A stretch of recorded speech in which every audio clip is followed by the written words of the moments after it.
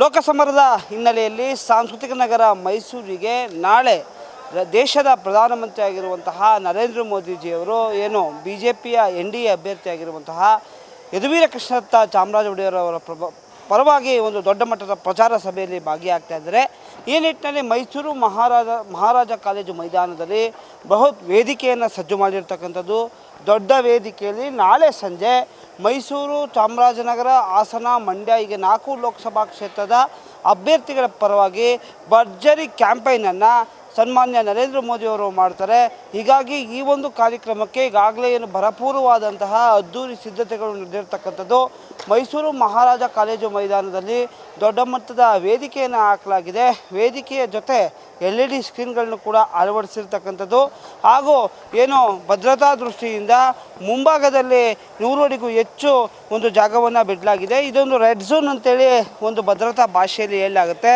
ಈ ರೆಡ್ ಝೋನಿಂದ ಹೊರಗೆ VIP ಗಳಿರ್ಬೋದು ಅಥವಾ ಮಾಧ್ಯಮದವರು ಇರ್ಬೋದು ಅಥವಾ VVIPಗಳಿರ್ಬೋದು ಅಥವಾ ಈಗ ನಿಮ್ಗೆ ಗಮನಿಸ್ತಾ ಇರ್ಬೋದು, ಏನು ಬಿಸಿಲಿನ ಝಳ ಇರೋದ್ರಿಂದ ಅಥವಾ ಬಿಸಿಲು ಜಾಸ್ತಿ ಇರೋದ್ರಿಂದ ಹೀಗಾಗಿ ಬರುವಂತಹ ಕಾರ್ಯಕರ್ತರಿಗೆ ಕಿರಿಕಿರಿ ಆಗಬಾರ್ದು ಅನ್ನೋ ದೃಷ್ಟಿಯಿಂದ ಈಗಾಗಲೇ ಸಂಪೂರ್ಣವಾದಂತಹ ಒಂದು ಜರ್ಮನ್ ಟೆಂಟ್ಗಳನ್ನ ಹಾಕಿರ್ತಕ್ಕಂಥದ್ದು.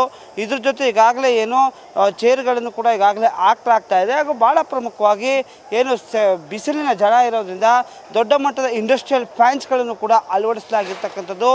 ವೇದಿಕೆ ಎಡಭಾಗ ಹಾಗೂ ಬಲಭಾಗ ಕೂಡ ಏನು ಬಿಸಿಲಿನ ಝಳವನ್ನು ತಳಿಸೋದು ಶಾಮಿಯಾನ ಕೂಡ ವ್ಯವಸ್ಥೆಯನ್ನು ಮಾಡಲಾಗ್ತಾಯಿದೆ. ಹಾಗೂ ಈ ಒಂದು ಕಾರ್ಯಕ್ರಮಕ್ಕೆ ಈಗಾಗಲೇ ಏನು CRPF ತುಕಡಿಗಳಿರ್ಬೋದು ಅಥವಾ ಪೊಲೀಸರಿರ್ಬೋದು, ಹೀಗೆ ಅನೇಕ ಸಾವಿರಕ್ಕೂ ಹೆಚ್ಚು ಪೊಲೀಸರನ್ನು ಕೂಡ ನಿಯೋಜನೆಯನ್ನು ಮಾಡಲಾಗ್ತಾ ಇರ್ತಕ್ಕಂಥದ್ದು. ಹಾಗೂ ಈ ಒಂದು ಕಾರ್ಯಕ್ರಮಕ್ಕೆ ಈಗಾಗಲೇ 1000ಕ್ಕೂ ಹೆಚ್ಚು ಬಸ್ಗಳ ವ್ಯವಸ್ಥೆಯನ್ನು ಕೂಡ ಮಾಡಲಾಗಿದೆ. ಹಾಗೂ 4:15ಕ್ಕೆ ಬಹಿರಂಗ ಸಭೆಯನ್ನು ಉದ್ದೇಶಿಸಿ ಸನ್ಮಾನ್ಯ ನರೇಂದ್ರ ಮೋದಿಯವರು ಏನು ಅಭ್ಯರ್ಥಿಗಳ NDA ಅಭ್ಯರ್ಥಿಗಳ ಪರವಾಗಿ ಮತವನ್ನು ಯಾಚನೆಯನ್ನು ಮಾಡ್ತಾರೆ. ಹೀಗಾಗಿ 1 ಲಕ್ಷಕ್ಕೂ ಹೆಚ್ಚು ಲಕ್ಷಾಂತರ ಕಾರ್ಯಕರ್ತರು ಈ ಒಂದು ಸಮಾರಂಭವನ್ನು ಕಣ್ತುಂಬಿಕೊಳ್ತಾರೆ ಎನ್ನುವಂತಹ ಮಾಹಿತಿ ಇದೆ. ಹೀಗಾಗಿ BJP ಕಾರ್ಯಕರ್ತರು ಅಥವಾ BJP ಮುಖಂಡರುಗಳು ಕೂಡ ಸಾಕಷ್ಟು ಉತ್ಸುಕರಾಗಿದ್ದಾರೆ.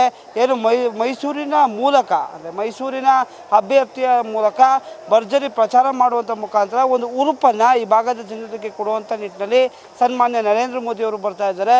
ಮತ್ತೊಂದೆಡೆ ಕಾಂಗ್ರೆಸ್ ಅಬ್ಬರದ ಪ್ರಚಾರ ಮಾಡ್ತಾ ಇದ್ದಾರೆ. ಅದರ ಪ್ರತಿತಂತ್ರವಾಗಿ ಸನ್ಮಾನ್ಯ ನರೇಂದ್ರ ಮೋದಿಯವರು ನಾಳೆ ಒಂದು ಅದ್ದೂರಿ ಸಮಾವೇಶ ಮಾಡುವಂಥ ಮುಖಾಂತರ, ಕಾರ್ಯಕರ್ತರ ಪ್ರಚಾರ ಸಭೆ ಅಂತ ಮಾಡುವಂಥ ಮುಖಾಂತರ ಒಂದು ಸ್ಪಷ್ಟ ಸಂದೇಶವನ್ನು ಕರ್ನಾಟಕದಿಂದ ರವಾನೆ ಮಾಡ್ತಿದ್ದಾರೆ ಅಂತಲೇ ಹೇಳ್ಬೋದು. ಕ್ಯಾಮ್ರಾಮನ್ ಸತೀಶ್ ಜೊತೆ ಯಶಸ್ಮಾವತ್ತು ನ್ಯೂಸ್ ಕನ್ನಡ, ಮೈಸೂರು.